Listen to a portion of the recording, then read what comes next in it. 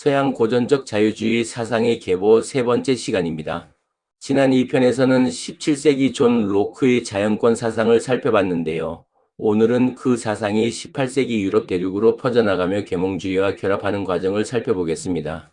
18세기 유럽은 이성의 시대라고 불리는 계몽주의가 만개한 시기였습니다. 살롱과 커피하우스에서 사상가들이 토론했고, 디드로와 달랑베르가 편찬한 백과전서는 인간 지식 전체를 이성의 틀로 정리하려 했습니다. 로크의 자연권과 경험론 사상은 해협을 건너 프랑스와 스코틀랜드로 퍼져나갔고, 여러 사상가들의 손을 거치며 정치철학과 경제이론으로 더욱 정교해졌습니다. 오늘은 그 중심에 있던 4명의 사상가 몽테스키웨와 볼테르, 흉과 애덤 스미스를 만나보겠습니다. 먼저 프랑스의 몽테스키웨입니다. 1748년 법의 정신에서 그는 권력을 입법, 행정, 사법 세 가지로 나누고 이 세 권력이 서로 다른 기관에 맡겨져 견제와 균형을 이루어야 한다고 주장했습니다. 하나의 권력이 다른 권력을 침범하지 못하게 함으로써 정치적 자유를 지킬 수 있다는 것이죠. 이 삼권 분립 이론은 로크가 제시했던 입법권 우위 개념을 한층 정교하게 발전시킨 것으로 이후 미국 헌법을 비롯한 근대 입헌주의의 핵심 원리가 됩니다. 다음은 볼테르입니다. 프랑스의 대표적인 계몽 사상가였던 볼테르는 언론과 신앙의 자유 그리고 관용을 강력하게 옹호했습니다. 그는 절대왕정과 가톨릭 교회의 종교적 억압을 신랄하게 비판했는데 대표적인 것이 칼라스 사건입니다. 억울하게 처형된 신교도 상인 장 칼라스의 명예를 회복시키기 위해 볼테르는 수년간 캠페인을 벌였습니다. 나는 당신의 의견에 동의하지 않지만 당신이 그것을 말할 권리는 목숨을 걸고 지키겠다는 정신이야말로 볼테르가 남긴 자유주의적 유산입니다. 세 번째 인물은 스코틀랜드의 철학자 데이비드 휴입니다. 휴은 경험론에 기반해 인간의 지식은 이성만으로 완성되지 않으며 관습과 경험을 통해 점진적으로 형성된다고 보았습니다. 그는 프랑스 계몽주의자들과 달리 이성으로 사회를 완전히 설계할 수 있다는 생각에 대해 신중한 태도를 취했습니다. 오랜 시간에 걸쳐 자생적으로 형성된 관습과 제도에는 나름의 지혜가 담겨있다는 이 관점은 훗날 프리드리히 하이에크의 자생적 질서 개념으로 이어지게 됩니다. 지금까지 살펴본 몽테스키웨와 볼테르, 휴은 주로 정치와 사상의 자유를 다뤘습니다. 그런데 18세기 후반 자유주의는 또 하나의 중요한 영역으로 확장됩니다. 바로 경제입니다. 이 전환을 이끈 인물이 바로 애덤 스미스입니다. 스미스는 정치적 자유를 넘어 개인이 경제활동에서도 자유로울 때 사회 전체가 번영한다는 것을 이론적으로 증명하려 했습니다. 1776년 애덤 스미스는 국부론을 출간합니다.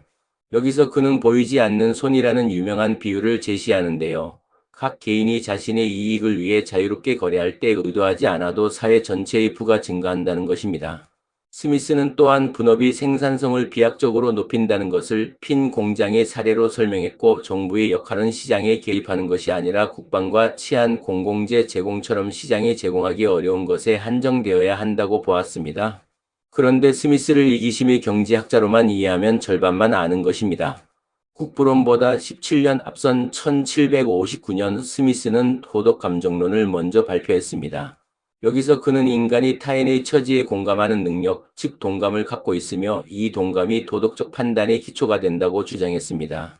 즉 스미스가 그린 인간은 순전히 이기적인 존재가 아니라 자기 이익을 추구하면서도 타인에 대한 공감을 가진 존재입니다. 이 두 저작을 함께 볼 때 비로소 스미스의 자유주의가 온전히 이해됩니다. 지금까지 만난 4사상가를 정리해 보겠습니다. 몽테스키웨는 권력 분립으로 정치 제도의 자유를 설계했고, 볼테르는 관용과 표현의 자유를 위해 싸웠습니다. 휴은 이성의 한계를 지적하며 점진주의를 강조했고, 스미스는 자유로운 시장과 공감의 윤리를 결합했습니다. 이들은 서로 다른 주제를 다뤘지만 공통적으로 개인의 자유와 자율적 질서에 대한 믿음을 공유하고 있었습니다. 이 4사상가의 유산은 이후 역사에 깊이 새겨집니다. 몽테스키웨의 삼권 분립은 1787년 미국 헌법에 그대로 반영되었고, 볼테르와 계몽주의자들의 관용 사상은 프랑스 혁명의 인권선언으로 이어졌습니다. 그리고 애덤 스미스가 놓은 경제적 자유주의의 토대 위에서 다음 세대의 사상가들이 이를 더욱 정교한 이론 체계로 발전시키게 됩니다. 다음 편에서는 바로 그 지점, 벤담과 리카도가 공리주의와 고전경제학을 결합하는 과정을 살펴보겠습니다. 오늘 내용을 정리하겠습니다. 18세기 로크의 사상은 유럽 대륙으로 퍼지며 계몽주의와 결합했습니다. 몽테스키웨는 삼권 분립으로 정치적 자유를 제도화했고, 볼테르는 관용과 표현의 자유를 옹호했으며 휴문 점진주의로 이성의 한계를 경계했습니다. 그리고 애덤 스미스는 보이지 않는 손과 공감의 윤리로 자유주의를 정치의 영역에서 경제의 영역으로 확장시켰습니다. 정치적 자유에서 경제적 자유로, 이것이 18세기 계몽주의가 고전적 자유주의에 남긴 가장 큰 유산입니다. 다음 편에서 계속하겠습니다. 시청해주셔서 감사합니다.